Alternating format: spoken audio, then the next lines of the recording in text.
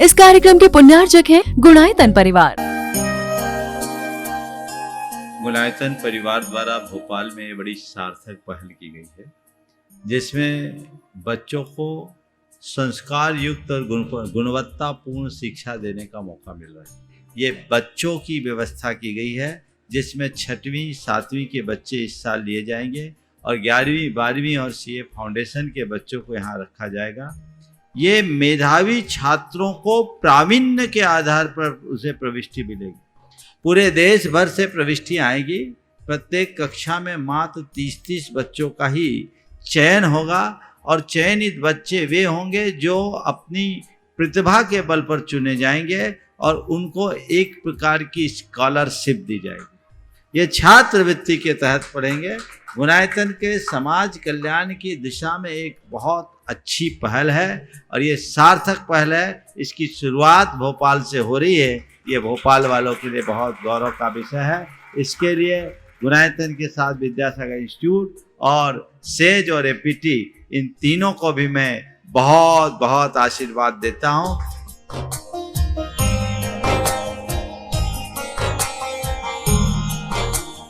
एक आदर्श और व्यवस्थित दिनचर्या का लक्ष्य प्राप्ति में बहुत बड़ा योगदान होता है।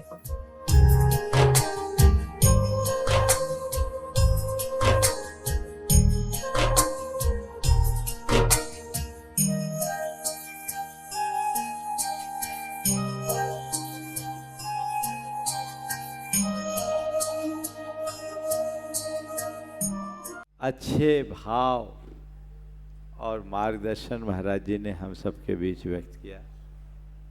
महाराज जी के एक एक शब्दों में उनके हृदय का धर्मानुराग और साधर्मी वात्सल्य झलक रहा था। मैं तो इतना जानता हूँ, जो भीतर होता है वही बाहर दिखता है।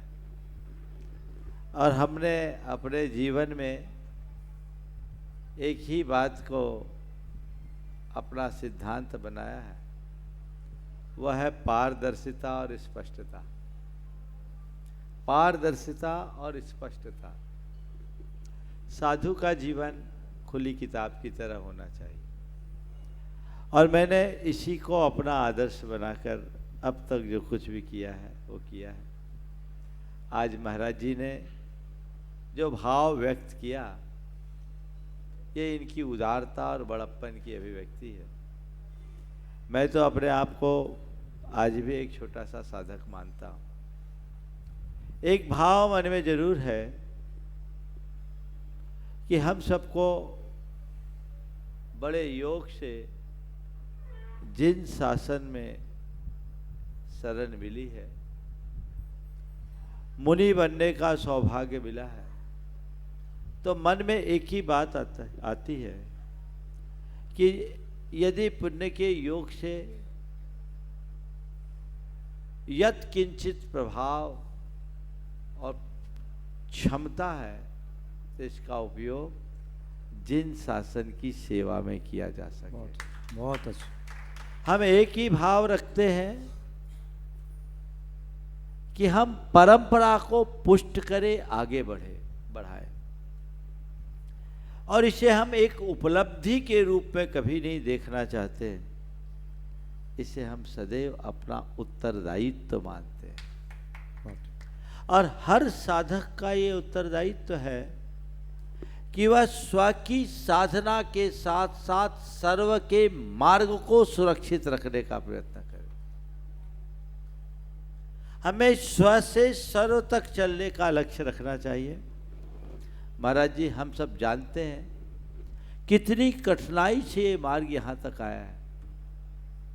चतुर्वेद संघ, जिसमें मुनि, आर्यिका, श्रावक, श्राविका सब है, जब तक सुरक्षित है तभी तक हम अपने जिन शासन को सुरक्षित रख पाएंगे। इसके लिए सवाल ये नहीं है कि आप किस पद में हैं, सवाल ये है कि आप कहाँ हैं। सबसे बड़ा पद तो निज पद है, जो आत्म पद है, बाकी सब पर पद है। अंतर में निजपद को ध्यान रखो और बाहर में अपने स्थान और भूमिका को ध्यान में रखे। जो जिस स्थान में है, जो जिस भूमिका में है, यदि उसका निर्वहन करते हुए जिन शासन को आगे बढ़ाता है तो अपने उत्तरदायित्व का निर्वाह करता है। आज महाराज जी के संग को देखकर बड़ा आनंद आया। जब पहली बार मिले थे तो 3 थे, है ना, हस्तिनापुर में। आज 42 का संग बनाए रखे, तो छोटी मोटी बात नहीं। और बड़े बुजुर्गों को आपने रास्ता दिया है, रास्तावलंबन देकर। ये है क्या? कोई कह सकता है महाराज जी संग बढ़ा रहे, वो उसकी नकारात्मक सोच होगी। मैं कहूँगा ये आगम और मार्ग की परंपरा को आगे बढ़ा रहे हैं, हमारी संस्कृति को पुष्ट कर रहे हैं। तो हमें पुष्ट करना है, अपनी परंपरा को आगे बढ़ाना है, और जो जिस स्तर पर बढ़ा सके अपनी अपनी भूमिका के अनुसार सबको प्रयास करना चाहिए। एक बात ये भी है, हर व्यक्ति के पास उतनी क्षमता नहीं होती, हर व्यक्ति का व्यक्तित्व उतना प्रभावी नहीं होता, लेकिन जिसकी जितनी क्षमता है उसे उसका उपयोग करना चाहिए। जिन शासन महात्म्य प्रकाश स्यात् प्रभावना। अब प्रभावना का संबंध केवल प्रवचन से नहीं है, प्रवचन वत्सलत्व से है। प्रवचन करना मात्र प्रभावना नहीं है। प्रवचन करने से सुनने वाले पर कितना असर पड़ेगा और कितनी देर तक उसका प्रभाव रहेगा कह नहीं सकते, लेकिन प्रवचन वत्सलत्व देख ले तो जीवन में कभी नहीं भूल सकता, वो हमारे व्यवहार से दर्शित होता है। प्रवचन वत्सलत्व शब्द बहुत व्यापक है। प्रवचन वत्सलत्व में साधर्मियों का एक दूसरे के प्रति वात्सल्य तो होना ही, प्रवचन यानी मार्ग के प्रवर्तन और पल्लवन का प्रयत्न भी प्रभावना है। इसलिए हम सबको वही करना है। आज महाराज जी से मिलकर बहुत आनंद आया। ये सागर जी महाराज बहुत पुराने, जब ये दीक्षा नहीं ली थी तब भी इनके बहुत भाव आते थे। आज इन्हें आचार्य पद पर देख कर के बड़ा आनंद आता है। ये भी अपने उत्तरदायित्व का ही पालन कर रहे हैं, और इन्हीं उत्तरदायित्व का अनुपालन करके आचार्यों ने, मुनियों ने हमें ये मार्ग दिया, यहाँ तक सुरक्षित मिला है। हम सबकी एक ही जिम्मेदारी है कि पंचम काल के अंत तक जिन शासन के इस रथ को इसी प्रकार गति दे। महाराज जी ने भी एक बहुत अच्छी बात की कि हम अच्छे कार्य की प्रशंसा करके किसी की छाती नहीं फुलाते। अच्छे कार्य की प्रशंसा करके हम खुद के जीवन को अच्छा बनाते हैं, पुण्य का उपार्जन करते हैं। अगर हमारी सोच अच्छी होगी तो हम हमेशा अनुमोदना करेंगे, और जिनकी सोच बुरी होती है वो सदैव आलोचना करते हैं। अच्छे कार्य की अनुमोदना करो, आलोचना मत करो। आलोचना करनी है तो अपनी कमियों की करो, उसे सुधारो, जीवन तब अच्छा होगा। आज अभी महाराज जी ने यह अवलोकन किया। कल प्रातःकाल जो मूल गुणायतन की थीम है महाराज जी आपको दिखाऊंगा। निश्चित इसमें समय लगा, समय नहीं लगा, मैंने अपने जीवन का स्वर्णिम काल इसमें दिया है। और इसके पीछे एक ही भावना है कि पोथियों की बातों को लोग पलों में जान सकें। अभी ये जो चीज़ें आपने देखी महाराज, ये बाहर की चीज़ें हैं, अंतरंग तो कल आपको दिखाएंगे। जब भाव सागर से पार उतरकर मोक्षपुरी तक जाने का हम पूरा यात्रा क्रम देखेंगे। लगभग अब सब चीज़ें पूर्णता पर है, उसकी एक झलक आप देखेंगे। मुझे लगता है पक्के तौर पर आनंद आएगा। हम सब की एक ही भावना है कि हम अपनी परंपरा को पुष्ट करके आगे बढ़ाएं और सब कुछ आगे चलाएं। इस भाव के साथ मैं, महाराज जी दीक्षा के दिन आ नहीं पाए, मैंने भेजा था इन लोग, पर पता लगा आप पर्वत पर चले गए हैं, नहीं है। और हम 15 तारीख को आए और 18 तारीख को दीक्षा थी, समय की अलबत्ता थी। लेकिन मैं मानता हूँ कि महाराज प्रत्यक्ष रूप से नहीं थे, पर परोक्ष रूप से महाराज जी साथ ही थे। ये सागर जी और सबकी अनुमोदना तो उस कार्य में थी ही। हम ऐसी ही भावना भाएं, क्योंकि ये लोग वर्षों से मेरे पास साधनारत थे और इनका मार्ग रुका हुआ था। आगे बढ़ाना मेरी जिम्मेदारी थी, और मैंने उसी जिम्मेदारी का निर्वहन किया है। बस एक ही भावना है कि जिनने मार्ग पकड़ा है वे अपने मार्ग को पुष्ट करते हुए आगे बढ़ते रहे और प्रवचन भक्ति, प्रवचन वत्सलत्व के साथ धर्म प्रभावना और आत्म आराधना में लगे रहे। यही हम सबका लक्ष्य है। मेरे कानों में ये पंक्तियाँ सदैव गूंजती है, आत्म प्रभावनीयो रत्नत्रय तेजसा सततमेव दान तपो जिन पूजा विद्यातिशयश्च जिन धर्म। रत्नत्रय के तेज से अपनी आत्मा को प्रभावना कर बनाओ, आत्मा को प्रभावी बनाओ, और दान से, तप से, जिन पूजा से और अपने ज्ञान के अतिशय से जिन धर्म का प्रकाश फैलाओ।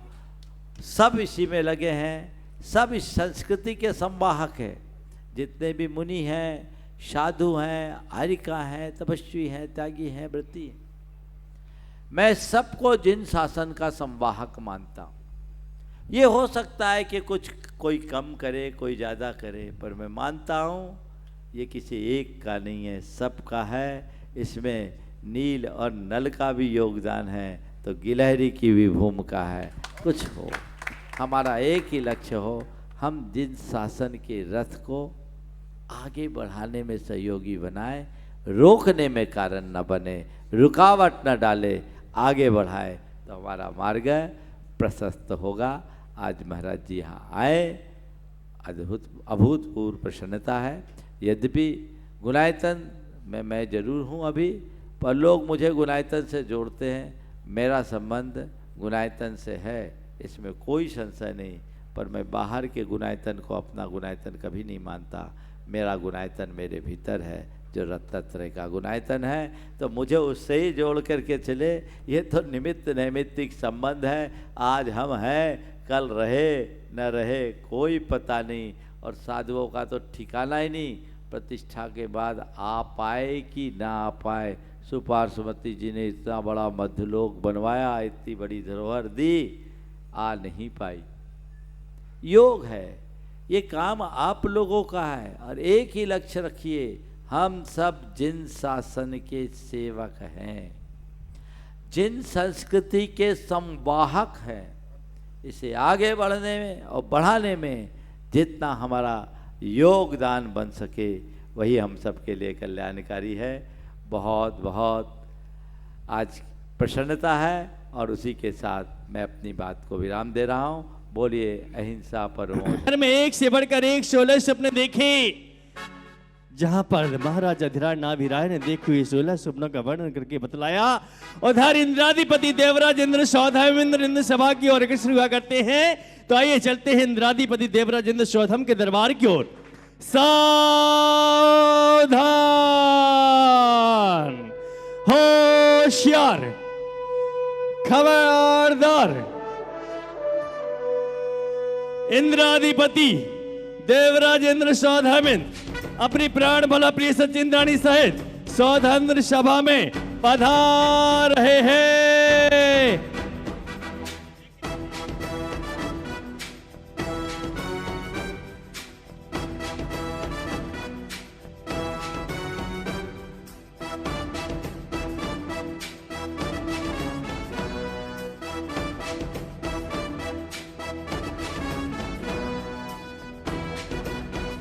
आइए सीखते करें।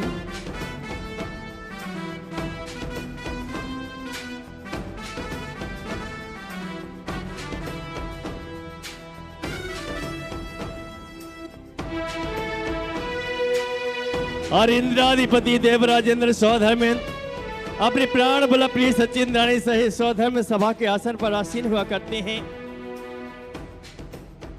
सभी अधीनस्थ इंद्रगण भी उनकी आज्ञा पाकर अपना स्तर ग्रहण कर रहे हैं। ओम। देवराज इंद्र सौधर्मेंद्र प्रतिदिन की भांति गौण तत्व चर्चा में लीन हुआ करते हैं।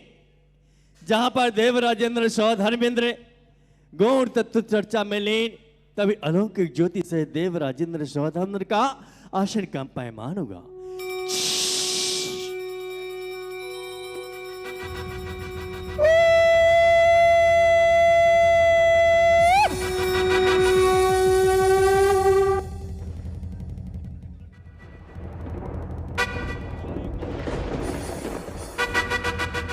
और इंद्राधिपति देवराजेंद्र सौधम्र का अलंकृत ज्योति से देवासन कंपायमान हुआ। तभी देवराजेंद्र सौधम के प्राण बला प्रिय सचिंद्राणी विचार करती हैं कि आखिर का क्या कारण है कि आज मेरे स्वामी का आसन कंपायमान हो रहा है। हे स्वामी, क्या कारण है आज आपका आसन कंपायमान हो रहा है? हे प्रिय देवी, मैं अपने अविधि ज्ञान के माध्यम से देखकर बताता हूं कि ये क्या हो रहा है। और देवराजेंद्र सौधर्मेंद्र अपने आसन से खड़े होते हुए अवधिगान लगा रहे हैं। जहां पर अवधिगान लगाते हुए देवराजेंद्र सौधर्म अवधिगान लगाया करते हैं।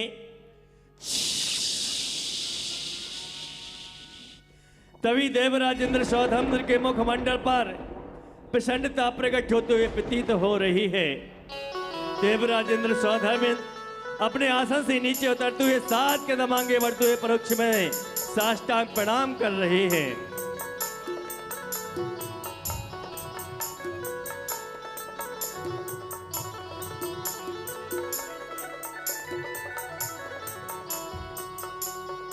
हे भगवान नमोस्तु, हे त्रिलोकीनाथाय नमोस्तु, हे नाविंदनाय नमोस्तु। इस दृश्य को देख रही सचिंद्राणी अपने स्वामी देवराजेंद्र सौधम के समीप पहुंचती हैं और क्या कहती हैं। देवराजेंद्र सौधर्मिन बहुत ही प्रसन्न चित्त नजर आ रहे हैं। जहां पर सचिंद्राणी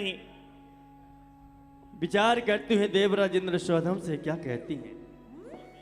हे स्वामी, आप किसे नमस्कार कर रहे हैं? बताइए ना स्वामी।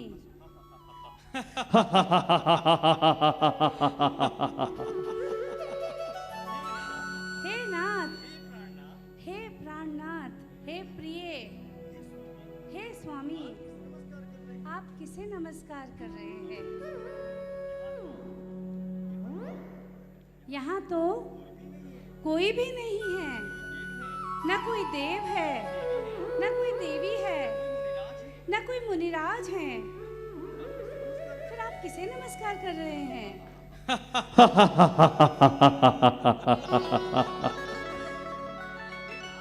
हे नाथ, बतलाइए ना, मेरी जिज्ञासा बढ़ती चली जा रही है। आप किसे नमस्कार कर रहे हैं? हे प्रिय, हमें जिस समय का इंतजार था वह समय अब आ चुका है। हे प्रिय, ध्यान पूर्वक सुनो। जम्बू द्वीप के भरत क्षेत्र में आर खंड में भारत देश के अंतर्गत अयोध्या नगरी में महाराजाधिराज नाभि राय की प्रिय महारानी जगत जननी मातेश्वरी माता मरुदेवी के पक्षी से प्रथम तीर्थेश्वर का अवतरण हो चुका है। और जिस देवराजेंद्र सौधम ने अपने अभिज्ञान के माध्यम से ज्ञान करके बतलाया कि जम्बू द्वीप के भरत क्षेत्र खंड में भारत देश के अंतर्गत अयोध्या नगरी के महाराजा धीराज नाभिराय की प्रिय महारानी जगत जननी मातश्री माता मरुदेवी की गुच्छी से प्रथम तीर्थेश्वर का अवतरण हो चुका है। तो सभी लोग खड़े हो जा करते हैं। देवराजेंद्र सौधम के दरबार में पहुंचते क्या कहते हैं। नगरी में हल्ला हो गया, जय बोलो जय बोलो। नगरी में हल्ला हो गया, जय बोलो जय बोलो।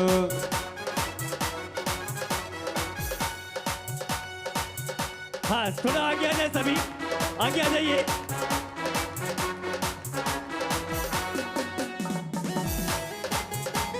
क्या बात है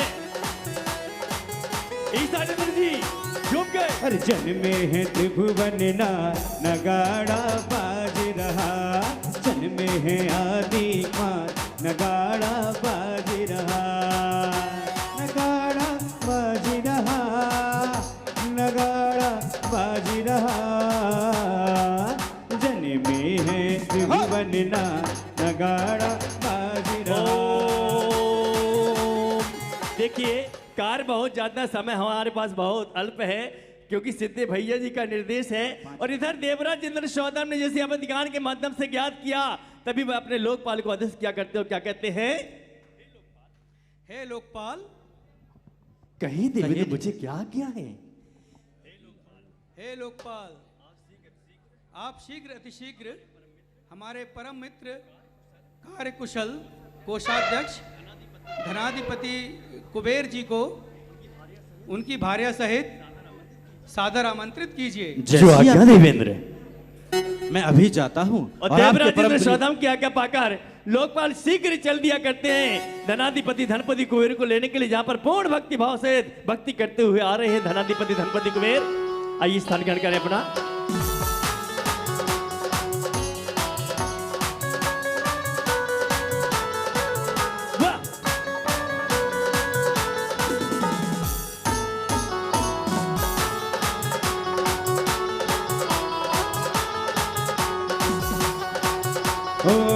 आनंद आ गया, आनंद आ गया, आनंद छा गया, आनंद आ गया, ओ भक्ति रस छा गया, जन में है त्रिभुवन बदी। और धनाधिपति धनपति कुबेर जो ही देवराज इंद्र सौदाम के समीप पहुंचते हैं, प्रणाम निवेदित कर रहे हैं और क्या कह रहे हैं? देवराज इंद्र सौदाम के समक्ष धनाधिपति धनपति कुबेर प्रणाम निवेदित करते हुए कह रहे हैं, हे देवेंद्र, मुझे क्या आज्ञा है? हे धनाधिपति, हम सभी को प्रभु का जन्म कल्याणक मनाने के लिए अयोध्या नगरी की ओर जल्दी ही प्रस्थान करना है। आप शीघ्र अतिशीघ्र नागदत्त जाति के देव को ऐरावत हाथी बनने के लिए आज्ञा प्रदान कीजिए। हम सभी को प्रभु का जन्म कल्याणक बनाने के लिए अयोध्या नगरी की ओर प्रस्थान करना है। जो आज्ञा देवेंद्र। और धनाधिपति धनपति कुबेर को जो ही क्षण मात्र में देवराज इंद्र सौदाम में आदेश किया करते हैं, क्या शीघ्र शीघ्र नागदत्त जाति के देव को ऐरावत हाथी बनने के लिए आतुर आज्ञा प्रदान कीजिए। जहां पर धनाधिपति धनपति कुबेर आगे बढ़ते हुए एक ऐरावत हाथी का निर्माण किया करते हैं। मैजिक।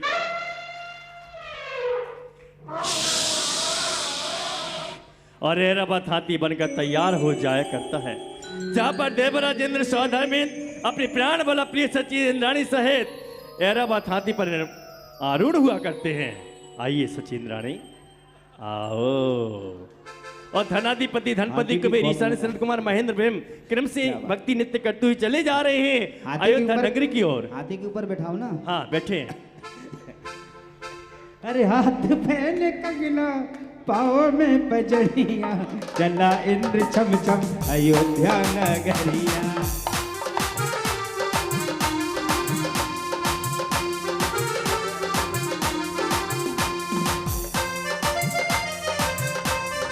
भक्ति करते हुए अरे चला इंद्र छम छम अयोध्या नगरिया, चला इंद्र छम छम अयोध्या नगरिया।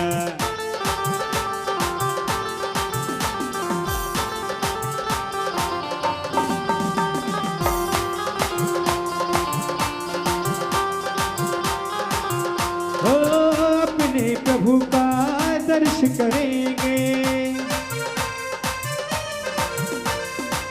जीवन अपना धन्य करेंगे। हो अपने प्रभु जी का दर्श करेंगे, जीवन अपना धन्य करेंगे।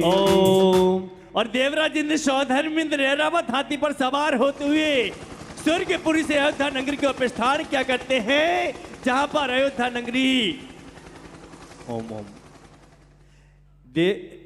देवराज इंद्र सौदाम में ऐरावत हाथी पर सवार होते हुए अयोध्या नगरी की 3 प्रदक्षिणा किया करते हैं, जहां पर देवराज इंद्र सौदाम का ऐरावत हाथी इतना विशाल कार हुआ करता है कि अयोध्या नगरी में प्रवेश नहीं कर पाया करता है। जिस प्रकार से हमारी गाड़ी अंदर नहीं जाती है, पार्किंग में छोड़ते हैं, वैसे देवराज इंद्र सौदाम भी अपने ऐरावत हाथी को अधर में छोड़ते हुए अयोध्या नगरी में प्रवेश किया करते हैं। उसके पूर्व आप देख रहे हैं कि अयोध्यापति महाराजा धीराज नाभि राय राज दरबार में आसीन विचार कर रहे हैं, चिंतन कर रहे हैं कि बस शुभ घड़ी आ चुकी है, जिस समय का हमें इंतजार हुआ करता है। तो तभी अयोध्या नगर के मुख्य द्वार से एक दूत दौड़ता हुआ चला आ रहा है। महाराज की जय हो, महाराज की जय हो, महाराज की जय हो, महाराज की जय हो। अरे महाराज, एक अत्यंत शुभ समाचार लाया हूं महाराज। हे द्वारपाल, क्या शुभ संदेश लेकर आए हो? अरे महाराज, इतना शुभ समाचार है, इतना शुभ समाचार है कि आप सुनते ही झूम उठेंगे महाराज। हे द्वारपाल, शीघ्र सुनाया जाए, हमारे देह की परीक्षा मत लीजिए। हाँ महाराज, क्यों नहीं, मैं तो भागा भागा दौड़ा दौड़ा सीधा आपके पास आया हूँ महाराज। महाराज सुना दीजिए। हाँ महाराज, शुभ समाचार तो सुना दूंगा, परंतु महाराज कुछ कुछ उपहार भी तो लूंगा। जरूर मिलेगा, सब मिलेगा। महाराज, समाचार इतना शुभ है कि आप आनंदित हो जाएंगे महाराज। अरे आप जल्दी से सुनाइए। महाराज तो सुनिए, अभी अभी अंतःपुर से आ रहा हूँ, अष्टकुमारियों के माध्यम से सूचना मिली है महाराज कि महारानी जी ने एक पुत्र रत्न को जन्म दिया है महाराज। और जैसे ही देखिए, अभी देवराज इंद्र सौधम का आसन कंपायमान हुआ कि नहीं, और देवराज इंद्र सौधम ने प्रभु के जन्म कल्याण की खुशियां मनाई कि नहीं? तो हम सभी ने मनाई थी कि नहीं? मनाई थी कि नहीं? तो हम स्वर्गवासी हुए थे कि नहीं? अब हमारे मध्य लोक की बात है, तो खड़ा कौन होगा? अपने स्थान पे खड़े हो जाइए, महाराज नाभि राय को बधाई दीजिएगा। क्या कहेंगे? आइए। नगरी में हल्ला हो गया, जय जय बोलो, जय बोलो, जय बोलो। नगरी में हल्ला हो गया। देखिए, जो भी बैठे हैं, कोई भी बैठा नहीं रहेगा, सभी लोग खड़े होकर भगवान की बधाई है। नगरी में हल्ला हो गया, जय बोलो, जय बोलो, जय बोलो। नगरी में हल्ला हो गया, जय बोलो, जय बोलो। राजीव जी, नगरी में हल्ला। ऐसे नहीं, ऐसे नहीं, आपको खड़े होना पड़ेगा और हमारे इंद्रों को अपने हाथों को आकाश ऊंचे प्रदान करना पड़ेगा। क्या कहेंगे? थोड़ा सा पास में आ जाइए। देखिए, इतनी दूरी बनाएंगे तो माहौल नहीं बनेगा, आप लोग पास में आ जाइए। हमारी जो इंद्र इतनी केसरिया वस्तु को पहने हुए है, थोड़ा सा आगे आ जाए, आनंद आ जाएगा। देखिए कैसे अयोध्या नगरी में बधाइयां हुआ करती है, किसी खुशियां छाई हुआ करती हैं, उस दृश्य को हमारे भाई हल। हाँ, आइए, उठाइए दोनों हाथों को। कमाल हो गया जी, कमाल हो गया, कमाल हो गया जी, कमाल हो गया। सभी लोग कह रहे भक्ति के साथ, कमाल हो गया जी, कमाल हो गया, कमाल हो गया जी, कमाल हो गया। जन्मे तू बन के ये स्वामी, जन्मे तू बन के स्वामी, आनंद है आमी। इनके आने से, इनके आने से जग ये निहाल हो गया। सभी बोलेंगे, कमाल हो गया जी, कमाल हो गया, कमाल हो गया जी, कमाल हो गया, कमाल हो गया जी, निहाल हो गया। अरे ढोल नगाड़ा ढम ढम बाजे, अरे ढोल नगाड़ा ढम ढम जावे, इंद्रों की पायलिया बाजे, नगाड़ा ढम ढम बाजे। हम महाराज नाभि राय को बधाई दे रहे हैं, तो महाराज नाभि राय कहाँ हैं? लाइए ना महाराज नाभि राय को ऊपर उठा के भक्ति कराएंगे। क्या कहेंगे? आइए। अरे ढोल नगाड़ा ढम ढम बाजे, अरे ढोल नगाड़ा ढम ढम बाजे, भक्तों की पायलिया बाजे। वो आए त्रिभुवनपति ये अपने, वो आए त्रिभुवनपति ये अपने, हो गए पूरे सारे सपने, इनके आने से भक्त ये निहाल हो गया। कमाल हो गया जी, कमाल हो गया। ऐसे नहीं, ऐसे नहीं, हमारे इंद्र परिवार कहाँ है? हमारे नाभि राय को थोड़ा ऊपर तो उठाओ, दिखे तो नाभि राय कौन है? हाँ, कमाल हो गया जी, कमाल हो गया, कमाल हो गया जी, कमाल हो गया, कमाल हो गया जी, कमाल हो गया। अरे राजाओं के राजा महाराजा है नवी राजा, अरे राजाओं के राजा महाराजा है नवी राजा। जन्मे त्रिभुवनपति ये अपने, जन्मे त्रिभुवनपति ये अपने, हो गए पूरे 16 सपने, इनके आने से जग ये निहाल हो गया। सभी बोलेंगे कमाल हो गया जी, कमाल हो गया। जो आज इन कलशों से अभिषेक करेगा और अभिषेक के पश्चात ये कलश स्मृति के रूप में आपको प्रदान किया जाएगा। आइए प्रथम कलश करिए, कहाँ से बोली प्रारंभ करें, जिनके ही भाव बनते हैं भाव बनाइए, थोड़ा माइक अच्छा कर लेना। आइए 51,151 रुपया। आज जन्मे तीर्थंकर बालक का प्रथम अभिषेक करने के लिए कौन सौभाग्यशाली परिवार होगा जो आज प्रथम अभिषेक करने का अवसर सौभाग्य प्राप्त करेगा। 51,151 रुपया। जो पात्र नहीं बन पाए हैं, जो बाद में आए हैं, अगर उनके भाव बनते हैं कि जन्म कल्याण के अवसर पर प्रथम अभिषेक करने का अवसर सौभाग्य प्राप्त करना चाहते हैं, भाव बनाइए। 51,151 रुपया। 51,151 रुपये एक बार। 51,151, 1,11,111 रुपया। हाँ जी भाई साहब क्या कह रहे हैं?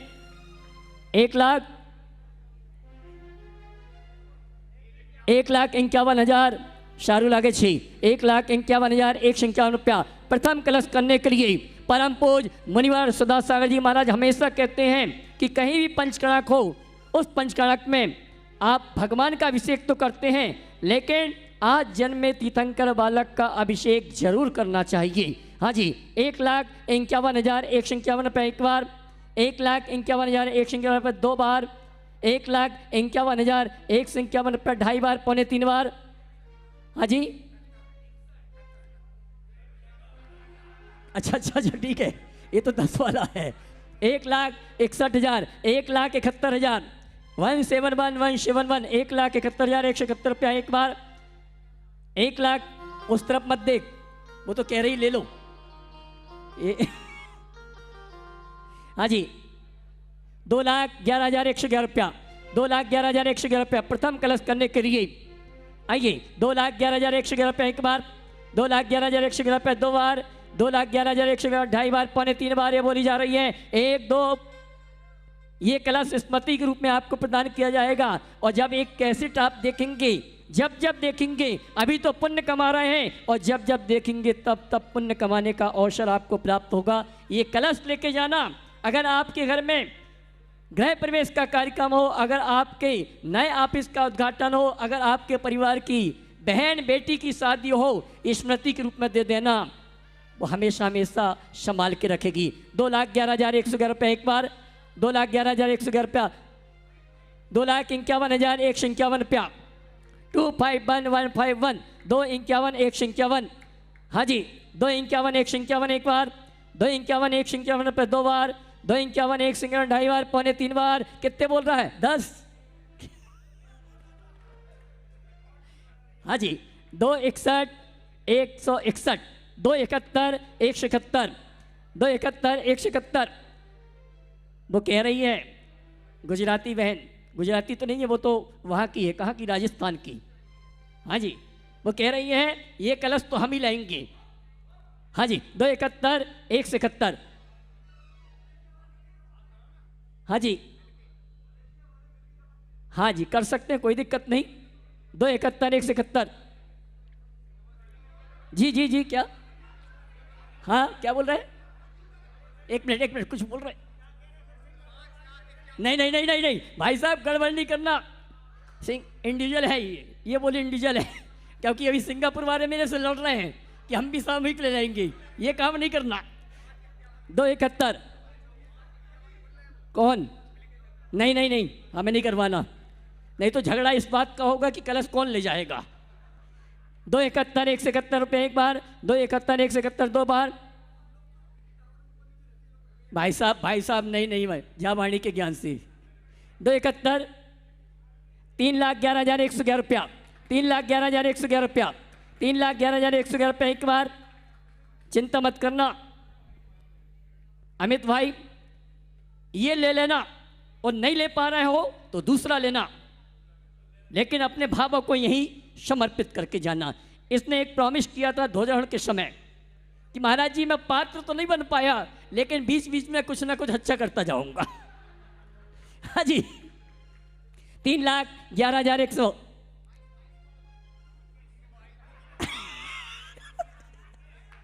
ये एक बढ़ा दिया 10 की जगह 3,51,151। भाई साहब बोली लगती है ना तो खड़े होकर में अच्छी लगती है, नहीं तो इनके भाव बैठ जाते हैं। भैया कम से कम यहाँ का प्रभाव तो हुआ 10 से सीधे 50 बढ़ रहा है। हाँ जी, 4,01,111 रुपया। 4 लाख, ए भाई गुजराती भाई। 4,01,111 रुपये एक बार, 4,01,111 रुपये दो बार, 4,01,000। कौन ने कहा?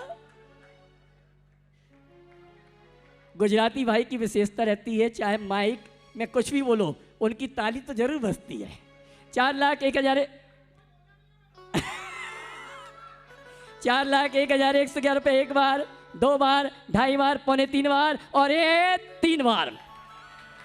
ये सौभाग्य प्राप्त किया है अमित जी और अमृता जी। सही ना? नम्रता जी, नम्रता का नाम बदल दिया, अमृता बोल दिया। आइए भाई अमित जी, नम्रता जी ने, गुजराती भाई ने प्रथम कलश लेने का सौभाग्य प्राप्त किया है। जोरदार ताली बजाकर इनका सम्मान करें। और आइए चलते हैं, ये भाई ऐसा है, ये भाई की विशेषता बता दूं, ये कहता जब तक अभय भैया का गला खराब नहीं होगा तब तक मैं आगे बढ़ाऊंगा नहीं। हाँ जी, आइए द्वितीय कलश करिए, द्वितीय कलश करिए 1,11,111 रुपया। हाँ, इनको दे दो। द्वितीय कलश करिए। मलेशिया वाले क्या कह रहे हो? भाई साहब अमित एक काम करो ना, वैसे ही गर्मी बहुत ज़्यादा, गला खराब हो रहा है, जहाँ तक इनने छोड़ा था दूसरा इनको दे दो। बात कर लो। हाँ जी, भाई साहब क्या कह रहे हैं? ये भगवान तेरी जो है, मैं तो सोच रहा था तू मेरा समर्थन करे, तू भी उल्टा चल रहा है। हाँ जी, 1,11,111 रुपया, 1,11,111 रुपया। क्या कहते हैं मलेशिया वाले हमारे? वो आए हैं कौन? रिलायंस के, क्या नाम है? पवन कुमार जी। कहाँ हैं? 1,51,151, 1,51,151, 1,51,151 प्रथम बार, 1,51 और एक कलश भी स्मृति के रूप में दिया जाएगा।